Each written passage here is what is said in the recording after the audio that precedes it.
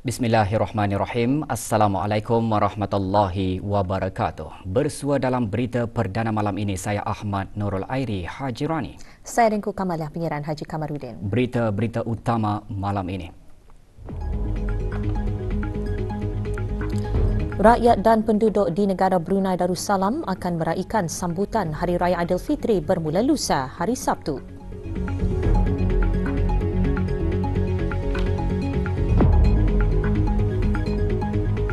Semua masjid, surau dan balai ibadat di seluruh negara mengadakan sembahyang sunat gerhana.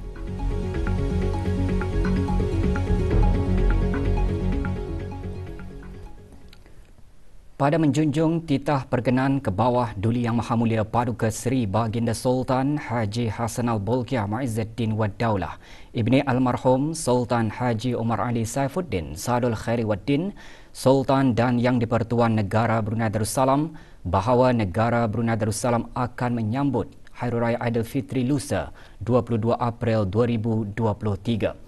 Pengumuman mengenai penglihatan anak bulan Syawal disiarkan sebentar tadi melalui radio dan televisyen Brunei. Pada menjunjung titah perkenan ke bawah Duli Yang Maha Mulia Paduka Seri Baginda Sultan Haji Hassanal Bolkiah Muizzuddin Wad Daulah, Ibni Almarhum Sultan Haji Umar Ali Saifuddin Sadul Khairi Waddin, Sultan dan Yang di-Pertuan Negara Brunei Darussalam, maka yang berhormat Yang di-Pertua Majlis Ugama Islam Negara Brunei Darussalam dengan ini mengumumkan bahawa awal bulan Syawal 1444 Hijriah bersamaan dengan tahun Masih 2023 di negara Brunei Darussalam jatuh pada hari Sabtu 1 Syawal 1444 Hijriah atau 1444 Hijriah bersamaan dengan 22 April 2023 Masihi. Dimaklumkan juga kepada sekalian umat Islam di negara ini bahawa sembahyang sunat Hari Raya Aidilfitri akan diadakan di semua masjid, surau dan balai ibadat di seluruh negara ini pada hari tersebut bermula jam 7.30 pagi.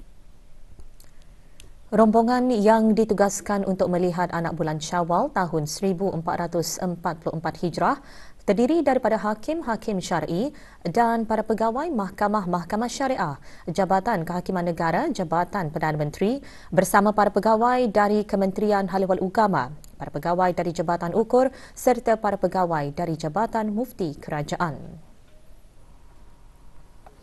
Mereka tidak berhasil melihat anak bulan Syawal. Rombongan tersebut berada di Menara DST, Ibu Pejabat Bangunan DST, Taman Rekreasi Tanjung Batu, Kampung Sabun, Pekan Muara dan Bukit Agok Jerudong di daerah Brunei dan Muara, Bukit Ambok daerah Tutong dan Bukit Lumut daerah Blyth.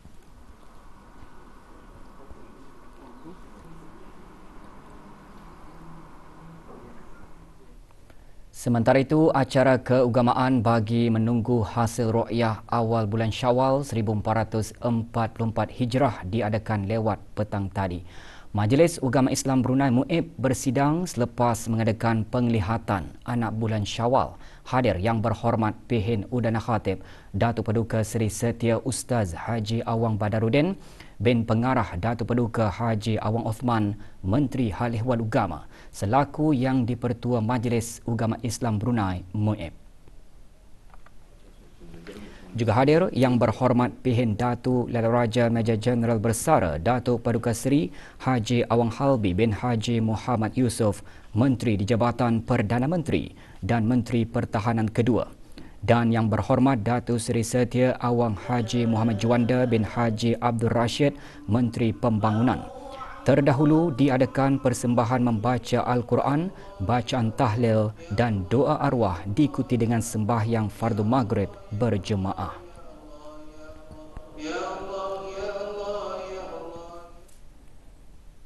Majlis tadarus yang diadakan di masjid, surau dan balai ibadat seluruh negara sempena bulan Ramadan tahun ini berakhir semalam dengan majlis penutupan tadarus dan khatam Al-Quran yang berlangsung di Masjid Omar Ali Saifuddin di Ibu Negara. Majlis dimulakan dengan bacaan surah Al-Fatihah dipimpin oleh Yang Berhormat Pihin Udana Khatib Datuk Paduka Seri Setia Ustaz Haji Awang Badarudin bin Pengarah Datuk Paduka Haji Awang Osman, Menteri Haliwan Ugama. Majlis diserikan dengan tadabbur Al-Quran yang disampaikan oleh Awang Syahiran bin Haji Muhammad Sofian, Penolong Pensyarah Pengarah Pusat Ilmu Teras Kolej Universiti Perguruan Ugama Seri Begawan. Kepada ahli keluarga, sahabat karib ketani dan orang-orang yang ketani percaya dapat membantu ketani. Atur cara majlis termasuk bacaan tahtim, doa khatam dan doa peliharakan Sultan dan negara Brunei Darussalam. Majlis dikendalikan oleh Kementerian Haliwal Ugama melalui Jabatan Pentadbiran dan Jabatan Haliwal Masjid dengan kerjasama Ahli Jawatankuasa Takmir Masjid Omar Ali Saifuddin dan Radio Televisyen Brunei. Juga hadir Pengiran Datuk Seri Paduka Haji Muhammad Hashim bin Pengiran Haji Hassan Timbalan Menteri Haliwan Ugama. Kami dengan petunjuk Al-Quran, selamatkanlah kami daripada api neraka. Penutup program Jangkauan dan Ihya Ramadan Kementerian Pertahanan dan Angkatan Bersenjata Diraja Brunei ABDB sepanjang bulan suci Ramadan tahun 1444 Hijrah disemarakkan dengan majlis khatam Al-Quran dan berbuka puasa yang diadakan secara serentak lewat petang tadi di kesemua surau ABDB di kesemua daerah termasuk Masjid Pulau Baru-Baru dengan tumpuan utama di Surau Ad-Difa, Bolkiah Garrison. Hadir Yang Berhormat Pihin Datu Lala Raja Major Jeneral Bersara Datuk Paduka Seri Haji Awang Halbi bin Haji Muhammad Yusof, Menteri di Jabatan Perdana Menteri dan Menteri Pertahanan kedua, dan Major Jeneral Datuk Paduka Seri Haji Muhammad Hazaimi bin Bol Hassan, Pemerintah ABDB.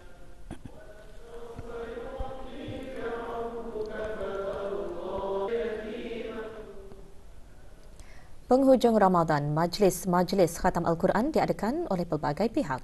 Ikuti bahan beritanya seketika nanti.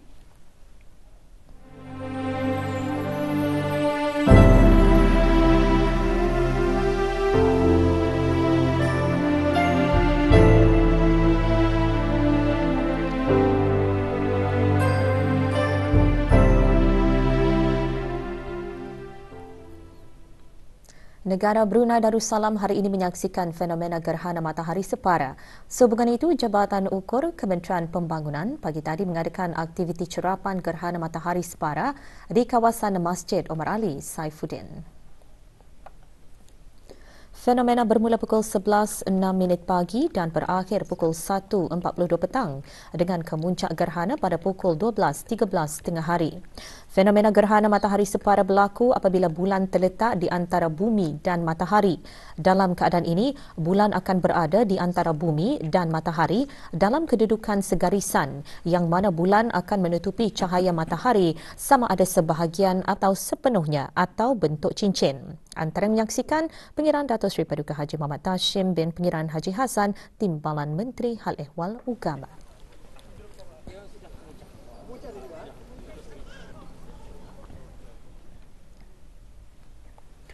Berikutan fenomena gerhana matahari seluruh masjid, surau dan balai ibadat di negara ini tengah hari tadi mengadakan sembahyang sunat gerhana matahari. Bagi daerah Brunei dan Muara, tumpuan sembahyang sunat gerhana matahari ialah di Masjid Omar Ali Saifuddin di Ibu Negara. Antara jemaahnya Pengiran Datuk Seri Paduka Haji Muhammad Hashim bin Pengiran Haji Hassan, Timbalan Menteri Hal Ehwal Ugama, dan Yang Berhormat Pihin Orang Kaya Paduka Seri Utama Datuk Paduka Seri Setia Haji Awang Salim bin Haji Besar.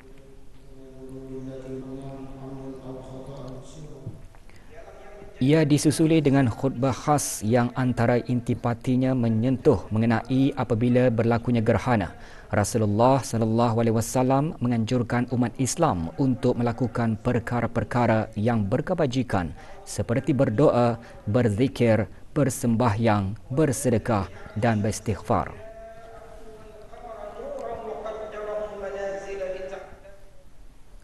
30 ahli kumpulan Tausyih El-Jawahir petang kemarin diraikan dalam satu majlis khatam Al-Quran yang berlangsung di sebuah restoran di Kampung Kilanas. Majlis tersebut merupakan kali ketiga diadakan di dalam program Ihya Ramadan El-Jawahir yang kelima. Hadir Dato' Seri Setia Dr. Haji Jaafar bin Haji Madain alias Maidin, Timbalan Mufti Kerajaan. Majlis juga diselajurkan dengan penyerahan derma kepada anak-anak yatim dalam kalangan kumpulan tersebut. Ditubuhkan sejak tahun 2015, kumpulan El-Jawahir telah banyak menyertai majlis-majlis keagamaan.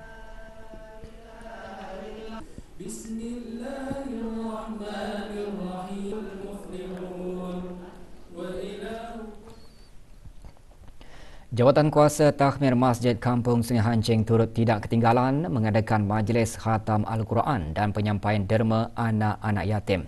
Majlis berlangsung petang kemarin di Masjid Kampung Sungai Hancing. Hadir yang berhormat Pehin Orang Kaya Indra Pahlawan Dato' Seri Setia Haji Awang Suyoy bin Haji Osman, Ahli Majlis Mesyuarat Negara selaku penaung Ahli Jawatan Kuasa Takhmir Masjid Kampung Sungai Hancing.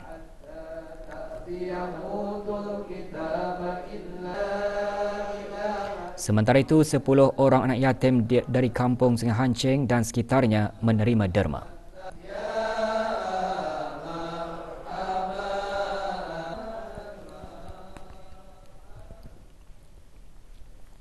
Universiti Teknologi Brunei UTB mengadakan majlis memperingati nuzul Al-Quran dan majlis khatam Al-Quran sempena bulan Ramadan. Majlis berlangsung di Masjid Universiti Brunei Darussalam pagi tadi. Hadir Datin Paduka Profesor Dr. Dayang Haja Zohrah binti Haji Sulaiman, Naib Chancellor UTB.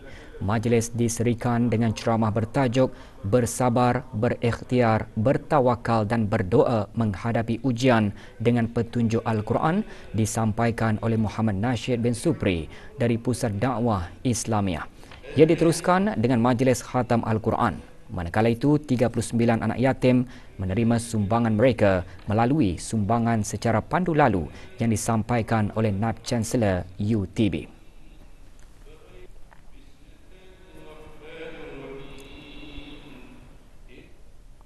Laporan Wawasan Brunei 2035 mengongsikan perkembangan pelaksanaan dan pencapaian Wawasan Brunei 2035 bagi tempoh tahun 2015 hingga 2022.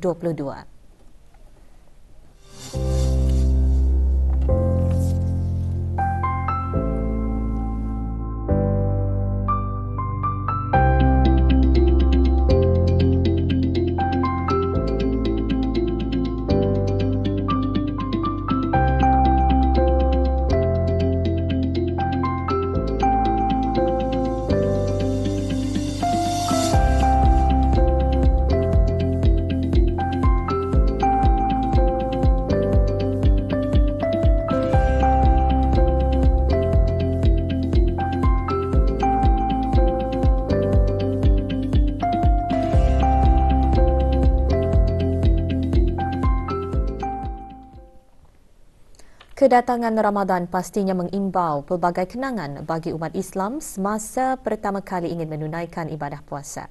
Pelbagai cabaran dan dugaan dihadapi bagi yang baru pertama kali menunaikan rukun Islam ketiga itu di bulan suci Ramadan. Namun tidak ketinggalan juga bagi golongan saudara-saudara baru yang mengenali ajaran agama Islam dan menunaikan perintah Allah Subhanahu wa Ta'ala. Bagi mengungkapkan makna Ramadan, pengalaman menjalani ibadah berpuasa turut dirasakan oleh sebuah keluarga saudara baharu dari Kampung Penabai, Kuala Tutong yang menyifatkan bulan Ramadan sebagai bulan penuh keberkatan dan penuh kesyukuran. Bagi Awang Muhammad Salanjat bin Muhammad Hanif serta keluarga, pengalaman menjalani ibadah berpuasa buat kali ketiga merupakan pengalaman yang istimewa kerana dapat merasakan hidayahnya menjadi mu'alaf. Sejak melafazkan kalimah syahadah, jiwa mereka lebih semakin tenang dengan melaksanakan ibadah. Pergi ke masjid untuk mengikuti tarawih, kerana dalam masa kami mula-mula memeluk agama Islam ini, kami diberikan khusus mengenai dengan sembahyang. Jadi ini adalah satu perkara yang berfaedah bagi saya kerana seperti yang selalu ditekankan, sembahyang itu adalah tiang agama. Manakala isterinya Dayang Nur Zufairah binti Muhammad Hanafi dan anaknya Awang Aidin bin Muhammad Salanjat memanjatkan rasa syukur kerana dapat merasakan nikmat dan kemanisan indahnya amalan berpuasa di bulan suci Ramadan dan dapat melaluinya dengan sebaiknya.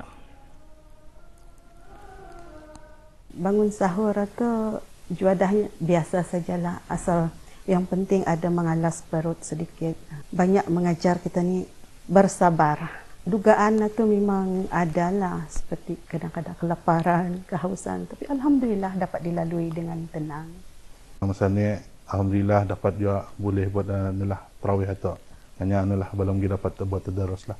Meningkatkan diri kami menjadi lebih yang baik.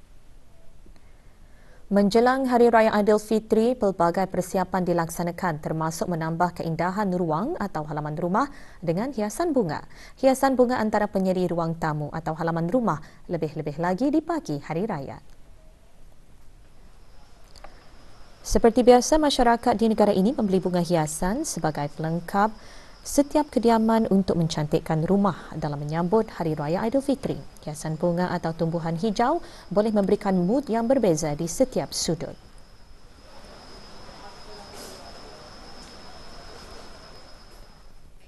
Selalu yang berbunga-bunga tu, bunga otorium, bunga kambang seribu, bunga agrolima, bunga daun-daun.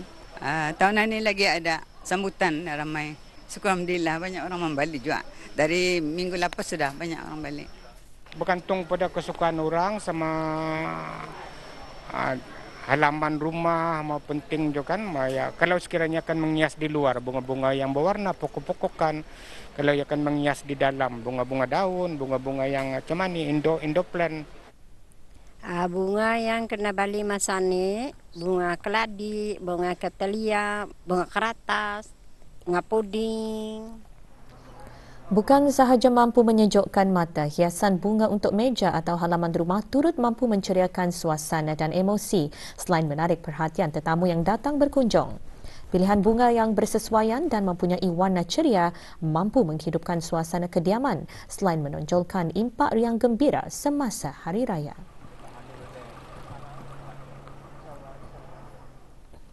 15 kanak-kanak dari Pusat Ehsan Al-Amirah Al-Hajjah Mariam dan 10 kanak-kanak dari Yayasan Kanser Kanak-kanak Yaska menerima sumbangan pada Majlis Iftar Anjuran Persekutuan Infocom Brunei Darussalam IFB dengan kerjasama Pusat Ehsan Al-Amirah Al-Hajjah Mariam dan Yaska.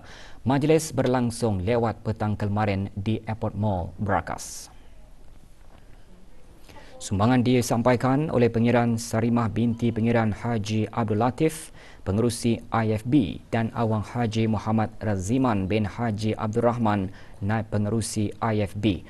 Majlis diadakan sebagai sebahagian daripada projek amal dan inisiatif IFB yang bertujuan membawa masyarakat untuk sama-sama berkongsi rezeki pada bulan Ramadan yang penuh berkah dan mulia ini.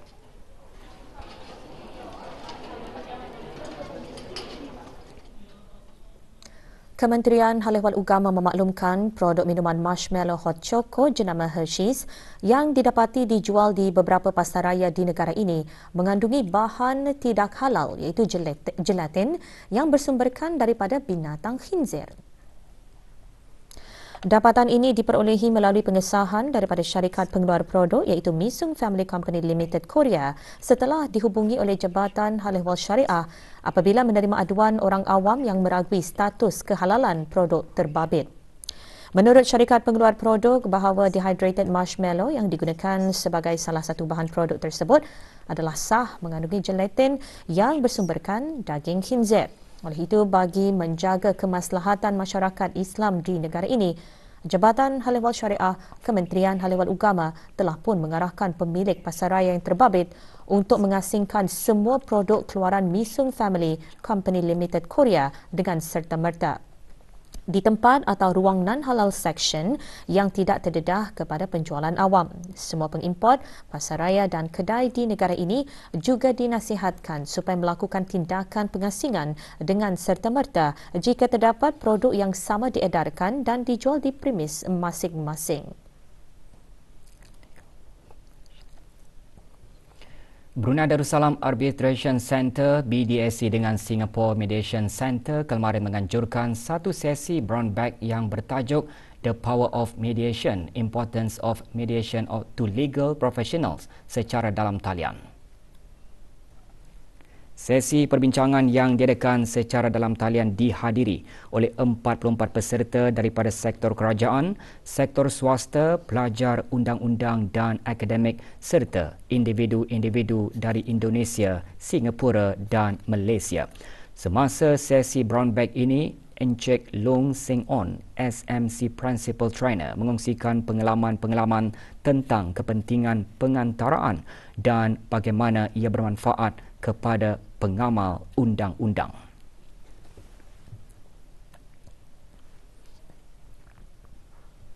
Menuju ke Sukan Asia Tenggara, Sukan SEA ke-32 Kemboja 2023. Acara karate merupakan salah satu acara yang akan disertai kontinjen negara Brunei Darussalam. 12 atlet negara akan bersaing pada tamasya sukan tersebut. Kita ikuti tinjauan perkembangan latihan dan persiapan yang telah mereka jalani.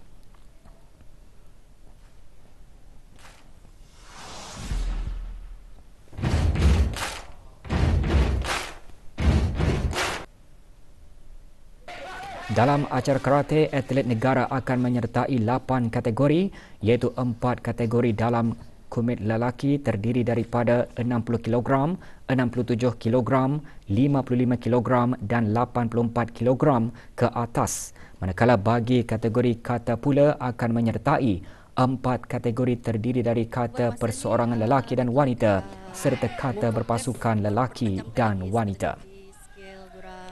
Fokus dengan lawan. Sasaran bagi pasukan karate terpulang kepada atlet untuk melakukan yang terbaik untuk performance diorang dalam pertandingan bagi mengharumkan negara Brunei Darussalam.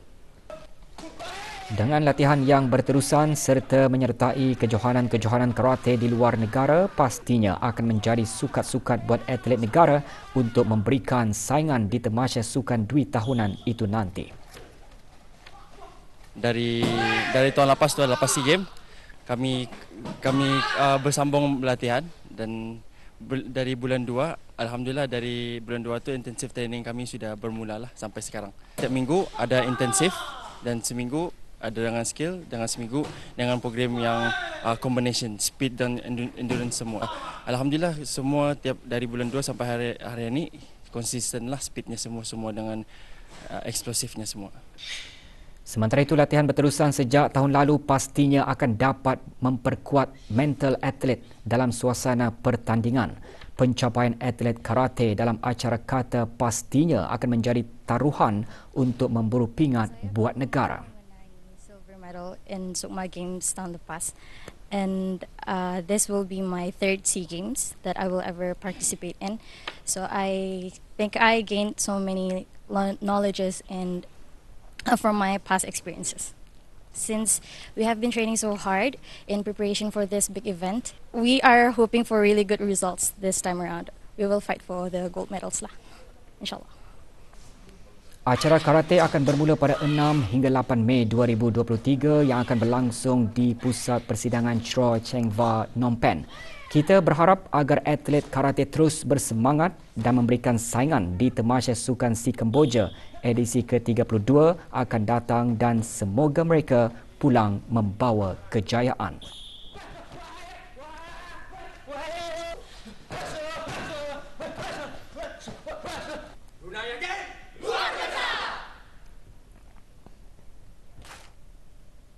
Saingan bola sepak Liga Perdana Singapura disambung semula malam ini. Dalam perlawanan yang berlangsung di Stadium Jalan Besar itu, Tampines Rovers dijadual berdepan Brunei DP MMFC.